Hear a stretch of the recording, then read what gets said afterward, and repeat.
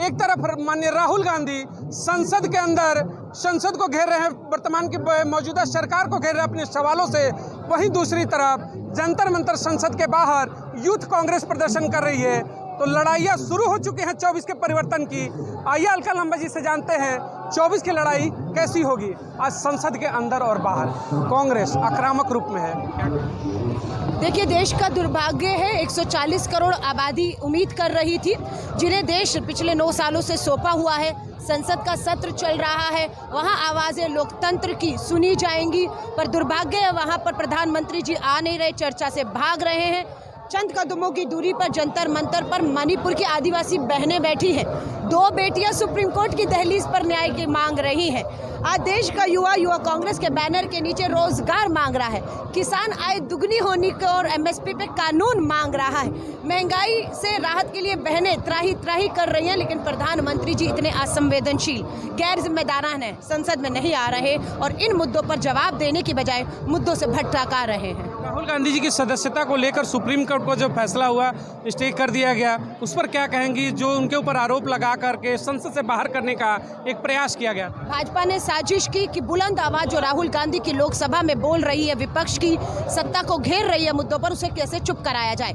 उनकी सुरक्षा एसपीजी ली गई, उनकी सदस्यता ली गई, उनका सरकारी आवास लिया गया, उन्हें 2 साल जेल भेजने की तैयारी थी, लेकिन अंत में सुप्रीम कोर्ट में राहुल गांधी जी की न्याय की, लोकतंत्र की जीत हुई और वो आवाज़ आज फिर से देश की आवाज़ लोकसभा में गूंज रही है। राहुल गांधी जी अक्सर कहते हैं डरो मत, संविधान अभी जिंदा है। उस संविधान के तहत फैसले हुए, उनको फिर से वापसी मिला, संसद में गए, फिर से वही दहाड़ मिलेगी क्या? देखिए, इस संविधान पर बार बार हमले होते हैं और हम बार बार उसे बचाते हैं, है ना। इस देश के संवैधानिक संस्थाओं पर हमले होते हैं, हम बार बार उसे बचाते हैं। आज यही बात है कि राहुल गांधी जी एक ही नारा है, डरो मत, और वो नहीं डर रहे। 137 दिन उनकी सदस्यता लेकर भाजपा ये सोच रही थी कि हमने लोकतंत्र की आवाज़ खामोश कर दी, पर वो इस 137 दिनों में घर नहीं बैठे। वो मणिपुर गए, वो तेलंगाना गए, वो हरियाणा के किसानों में गए, वो आज़ादपुर मंडी के जो है हमारे सब्जी विक्रेताओं के बीच में गए, वो ऑटोमोबाइल्स के हमारे जो काम करने वाले उनके बीच में गए, शकरपुर बस्ती की रेलवे कॉलोनी में महिलाओं से मिले। वो अपना बैठे नहीं, डरे नहीं। चाहते कि जनता के सांसद तो बने रहे, संवैधानिक रूप से बेशक हटा दिया। वही मैं कह रही हूँ, संवैधानिक रूप से संविधान की इसी को हत्या कहते हैं, जब आप लोकतंत्र की आवाज़ों को कुचलते हैं और संविधान की हत्या होती है। लेकिन वो लोकतंत्र की जीत हुई। 8 महीने का सफर है, नारा वही है, जुड़ेगा भारत, जुड़ेगा भारत, जीतेगा इंडिया। छोड़ो छोड़ो नफरत, छोड़ो, जोड़ो जोड़ो भारत जोड़ो। इसी सोच के साथ भारत जोड़ो यात्रा। आखिरी सवाल मैं आपसे लूँगा, आप महिला नेत्री हैं और तेज तरार है।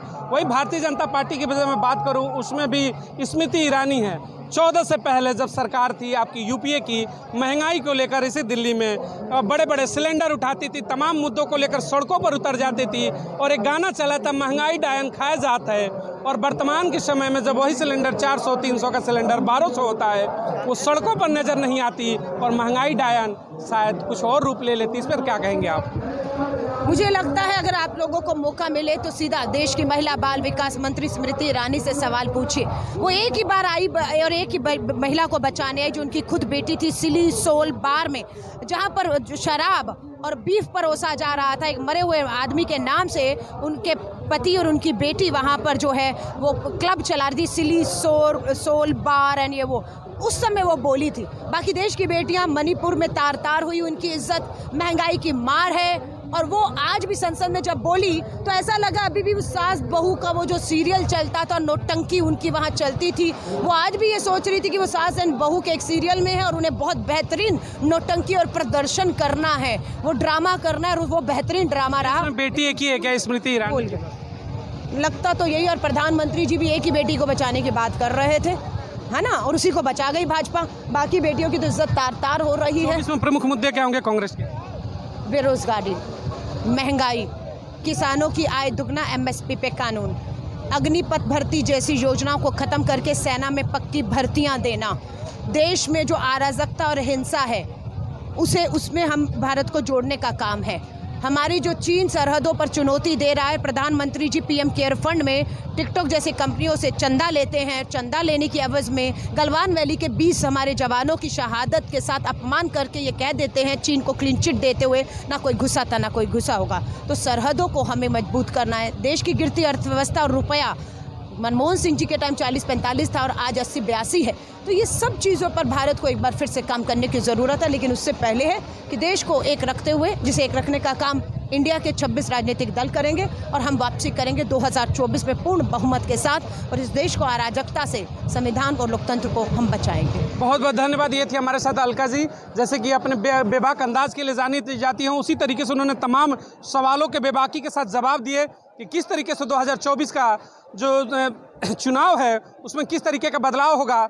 इन तमाम चीज़ों को देख रहे हैं। भारत बचाओ संसद घेराव का पोस्टर लगा है, सामने देखिए बैरिकेड पर तमाम कांग्रेस के कार्यकर्ता चढ़ चुके हैं, संसद घेराव के लिए आगे बढ़ रहे हैं। आइए उन तमाम चीज़ों पर देखते हैं, अपनी प्रतिक्रिया जरूर करिएगा।